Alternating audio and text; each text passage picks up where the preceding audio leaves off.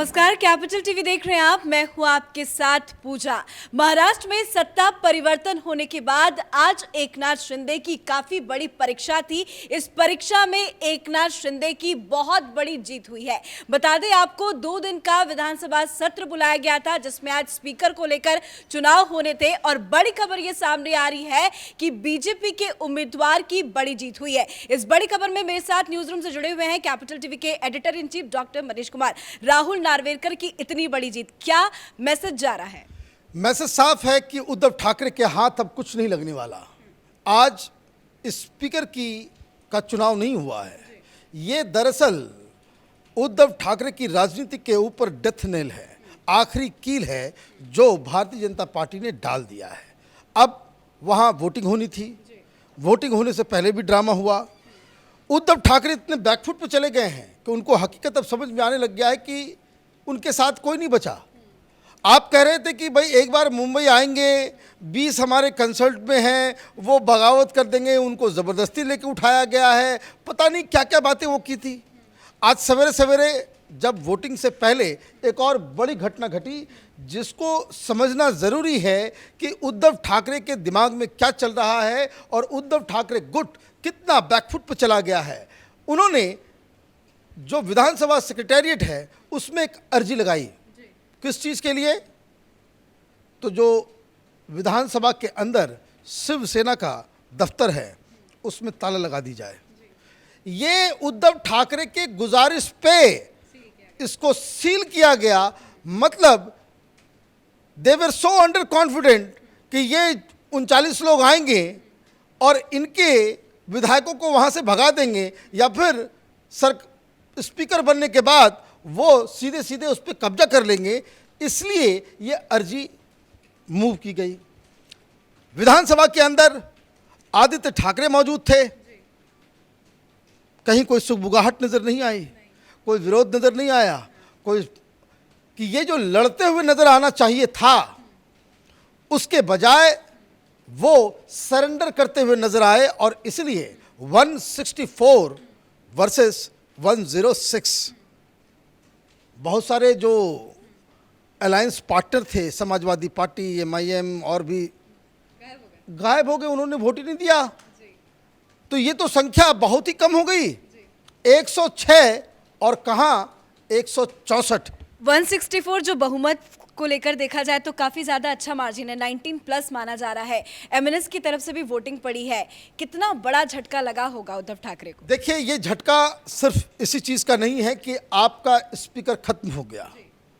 Speaker अब Bharatiya Janata party के पास है और स्पीकर इस तरह के सिचुएशन में जहां सदस्यों को लेकर के, पार्टी को लेकर के, जहां विप को लेकर के, सदन के अंदर पार्टी का नेता कौन है, इन सारे डिसीजंस के ऊपर कंफ्यूजन हो और उसके ऊपर एक लीगल बैटल चल रहा हो, इसमें स्पीकर का रोल सबसे अहम है।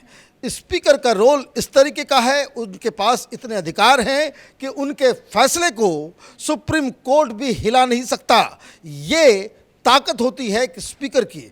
चूँकि स्पीकर इनके पास था नहीं, डिप्टी स्पीकर की वजह से जो सुप्रीम कोर्ट में जो केस इनका गया वो वीक पड़ गया। अब एक खेल जाते जाते डिप्टी स्पीकर साहब ने कर दिया। वो क्या कर दिया? उन्होंने कहा कि, और ये भी सोचने वाली बात है, ये आदित्य ठाकरे को ये सवाल उठाना चाहिए था क्योंकि शिवसेना की तरफ से उद्धव ठाकरे गुट की तरफ से व्हिप भी डाला गया, एकनाथ शिंदे की तरफ से व्हिप डाला गया। उन्होंने कहा कि भाई शिवसेना के जो उम्मीदवार हैं उनको वोट करो, और एकनाथ शिंदे की तरफ से ये व्हिप दिया गया कि आप वोट करो भारतीय जनता पार्टी के। तो ये जाते जाते डिप्टी स्पीकर साहब ने एक प्रोटेस्ट दर्ज की। दर्ज कराने वाला कौन? ये होना चाहिए आदित्य ठाकरे को, लेकिन कांग्रेस पार्टी के थोरट साहब ने इस पे ऑब्जेक्शंस उठाए और ये कहा कि शिवसेना के कई सारे लोगों ने बाकायदा क्रॉस वोटिंग की है, विप का उल्लंघन किया है। अब डिप्टी स्पीकर साहब ने जब घोषणा की रिजल्ट की तो उसके पहले इस कंप्लेन को दर्ज करा लिया। अब इसके ऊपर जब कंप्लेन दर्ज हो गया है और उसमें यह कहा गया कि सब कुछ वीडियोग्राफी हुई है, वीडियो के सामने है, तो इसके ऊपर अब फैसला लिया जाएगा। लेकिन सवाल है, फैसला कौन लेगा? ये फैसला कौन लेगा? ये फैसला तो स्पीकर लेंगे कि किसका व्हिप वैलिड है, किसका व्हिप वैलिड नहीं है, जब दो दो गुट है। अब दूसरी चीज इसका ये है कि ये जो कंप्लेन है इसको लेकर के शिवसेना सुप्रीम कोर्ट में जब सुनवाई होगी तो वो लेकर के जाएगी कि देखिए हमने व्हिप जारी किया था, इन लोगों ने उल्लंघन किया, इन लोगों के खिलाफ कार्रवाई होनी चाहिए। तो ये अलग मसला है। अब इसमें टेक्निकल पॉइंट जो समझने की है कि व्हिप किसका वैलिड है, किसका व्हिप वैलिड नहीं है, इस तरह की चीज़ों को कुछ जैसे मेरे हिसाब से तो स्पीकर के चुनाव में ये इनवैलिड होता है व्हिप, क्योंकि बहुत सारी जगहों पे ये सीक्रेट बैलेट के जरिए होता है। महाराष्ट्र के अंदर इसलिए भी नहीं हो पा रहा था क्योंकि ऑलरेडी केस चल रहा है, वो सब जुडिस मसला है कि भाई किस तरीके से किया जाए, ओपन में किया जाए या फिर सीक्रेट बैलेट किया जाए। तो सीक्रेट बैलेट भी कई जगह पे होता है जिसमें जो विधायक होते हैं वो बाकायदा स्वच्छंद होते हैं, आज़ाद होते हैं कि वो अपनी पसंदीदा पार्टी के व्हिप के अलावा भी, क्योंकि जब आप सीक्रेट वोटिंग का प्रावधान रखते हो तो इसका मतलब ये है कि वहाँ व्हिप काम नहीं करेगा, क्योंकि कौन किसको वोट किया ये किसी को मालूम ही नहीं चलेगा। तो ये जो कंप्लेन और ये जो आप लीगल पॉइंट स्कोर करने की जो कोशिश उद्धव ठाकरे गुट कर रहा है, मुझे लगता है कि ये मिसप्लेस्ड है। अब राहुल नार्वेकर साहब वो बन गए हैं स्पीकर। अब स्पीकर बनने के बाद ही अब सारी चीज़ें, अब क्योंकि कल वो प्रिसाइड करेंगे कौन किसको वोट करेगा, कौन किसे, ये सारी चीज़ें अब भारतीय जनता पार्टी के हिसाब से होंगी सदन के अंदर में, एकनाथ शिंदे गुट के हिसाब से होंगी। और इसीलिए खतरा ये बन रहा है कि आपने डर के मारे शिवसेना का जो दफ्तर असेंबली के अंदर है, आपने कहा कि भाई बंद कर दो। भाई कौन कौन सी जगह पे ताले आप बंद करवाओगे? अब होगा ये कि आप स्पीकर रिकॉग्नाइज कर देंगे एकनाथ शिंदे गुट को एज ओरिजिनल शिवसेना, और जैसे ये रिकॉग्निशन राहुल नार्वेकर जो करेंगे, जो स्पीकर साहब करेंगे, तो वो वैलिड हो जाएगा। खतरा उनके ऊपर हो जाएगा कि जिन जिन लोगों ने एकनाथ शिंदे के व्हिप को खारिज किया था या फिर जो कल वोट नहीं करेंगे एकनाथ शिंदे को, तो ये जो आप ये समझिए कि चारों तरफ से परेशानी ही परेशानी, ये राजनीति का खेल है जिसमें बहुत संभल संभल के चालें चलनी पड़ती है। उद्धव ठाकरे, संजय राउत, ये अपने बड़बोलेपन की वजह से वो सब कुछ गंवाते चले गए। दोस्त को इन्होंने दुश्मन समझ लिया, दुश्मन को इन्होंने गले लगा लिया। हालत ये है कि वो न घर के रहे हैं न घाट के रहे हैं। जब पहले फ्लोर टेस्ट की बात हो रही थी तो अनिल देशमुख, नवाब मलिक कोर्ट से परमिशन लेते हैं कि हमें भी जाना है, लेकिन स्पीकर चुनाव में ये गायब हो गए। क्या इन्हें पहले से ही पता चल गया था? देखिए कि ये कोई फायदा नहीं? जैसे ही सवेरे जो तो मैं तो देखा कि जैसे ही सवेरे आप अपने ही दफ्तर में ताला बंद करने की अपील करते हैं, यू हैव सरेंडर्ड। आप वहीं पे आप गिर गए, आप सरेंडर कर गए। सबको मालूम है कि भाई ये, अगर देखिए टेक्निकल पॉइंट क्या है कि ये जो एमबीए बनी थी, जब एमबीए बनी थी, भाई चीफ मिनिस्टर शिवसेना का होगा, गृह मंत्री वो एनसीपी का होगा, और कांग्रेस पार्टी ने कहा था कि स्पीकर मेरा होगा। वो तो नाना पटोले स्पीकर बने भी, लेकिन वो चूंकि बन गए कांग्रेस पार्टी के अध्यक्ष पूरे राज्य के, तो वो वहाँ से उन्होंने इस्तीफा दे दिया। अब इस्तीफा देने के बाद जो एमवीए का अपना कॉमन मिनिमम प्रोग्राम था, जो अंडरस्टैंडिंग थी, उसके तहत तो कांग्रेस पार्टी का ही कोई लीडर बनता, लेकिन कांग्रेस पार्टी ने कहा कि भाई अब इस पर चढ़ने, कोई कांग्रेस पार्टी को मालूम चल गया कि भाई इसमें हार लिखा हुआ है, इसमें कोई चीज़ जो है वो लड़ने वाली बात ही नहीं है कि यू आर गॉन, क्योंकि आपके पास संख्या नहीं है। तो फिर आप किस हिसाब से आप लगे रहते हैं? आप शेरो शायरी से काम थोड़ी चलता है। शेरो शायरी की है संजय राउत ने, जरा वो अपने दर्शकों को दिखा देते हैं। एक्चुअली संजय राउत ने ट्विटर पे एक ट्वीट किया है, बड़ा शायराना अंदाज में वो नजर आ रहे हैं। उन्होंने लिखा है कि शतरंज में वजीर और जिंदगी में ज़मीर, अगर मर जाए तो समझो खेल खत्म। हमारा वजीर और ज़मीर अभी जिंदा है, हम बचेंगे भी और लड़ेंगे भी। जय महाराष्ट्र। अब क्या कहा जाए, मतलब काफ़ी ज़्यादा एक्टिव है सोशल मीडिया में, लेकिन अब बयान देते हुए बाहर बच रहे हैं। देखिए ये बयान बहादुर लीडर हैं, लेकिन इसमें टेक्निकल फॉल्ट है।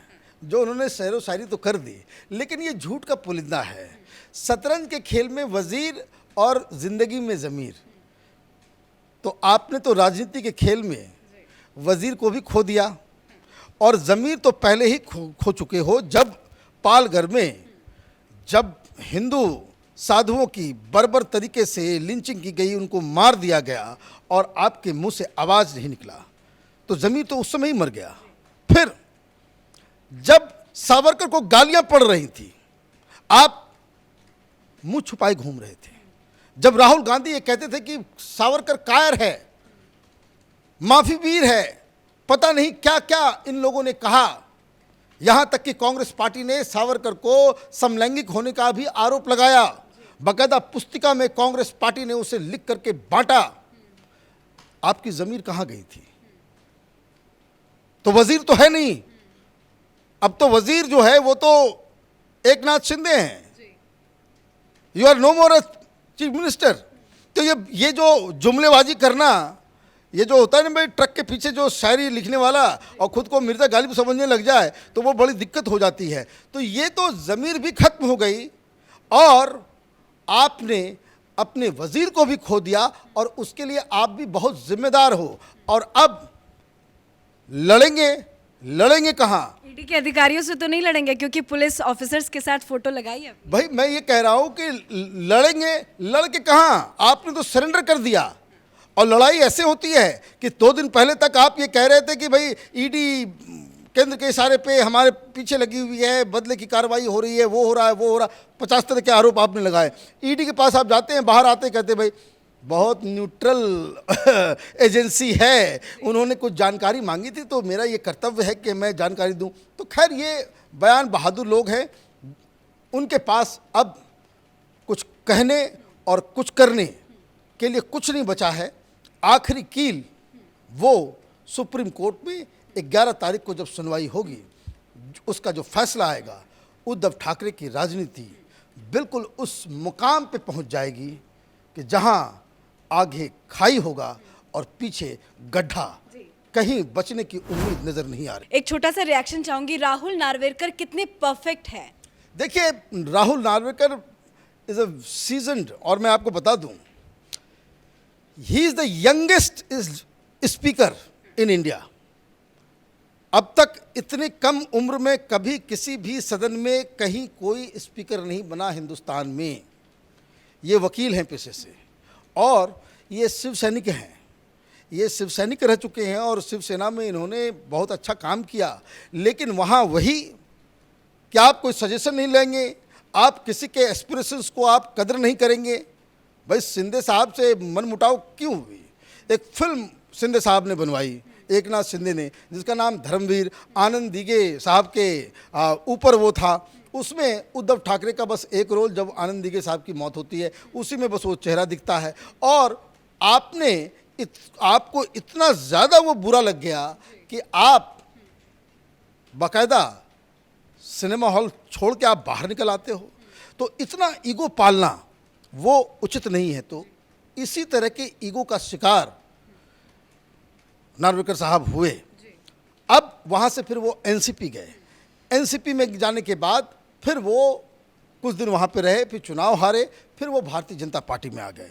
अभी वो कोलाबा से वो विधायक हैं, वकील हैं, नियम कानून संविधान का अच्छी पकड़ है, अच्छा नॉलेज है। और जिस हिसाब से आपने देखा कि एनसीपी के बड़े लीडर अजित पवार वो जब भाषण दे रहे थे कि जो तारीफ़ों की पुल वो बांध रहे थे, तो मुझे लगता है कि एक अच्छा जो एक ट्रेडिशन ब्रेक हुआ है कि कोई बूढ़े बुजुर्ग व्यक्ति को एक अच्छा स्पीकर मिला। हाँ, माने कि बना दिया जाए, जो आउटडेटेड हो रहा है राजनीति में उसको स्पीकर बना दिया जाए। स्पीकर बहुत ही रिस्पॉन्सिबल पोस्ट होता है, लेकिन भारतीय जनता पार्टी तो भारतीय जनता पार्टी है, हर जगह एक्सपेरिमेंट कर लेती है। तो एक यंग शख्स को आपने स्पीकर बनाया है, ये स्वागत योग्य है और इनके ऊपर, इनके कंधों के ऊपर बहुत सारी जिम्मेदारियां हैं। बहुत बहुत शुक्रिया जानकारी के लिए।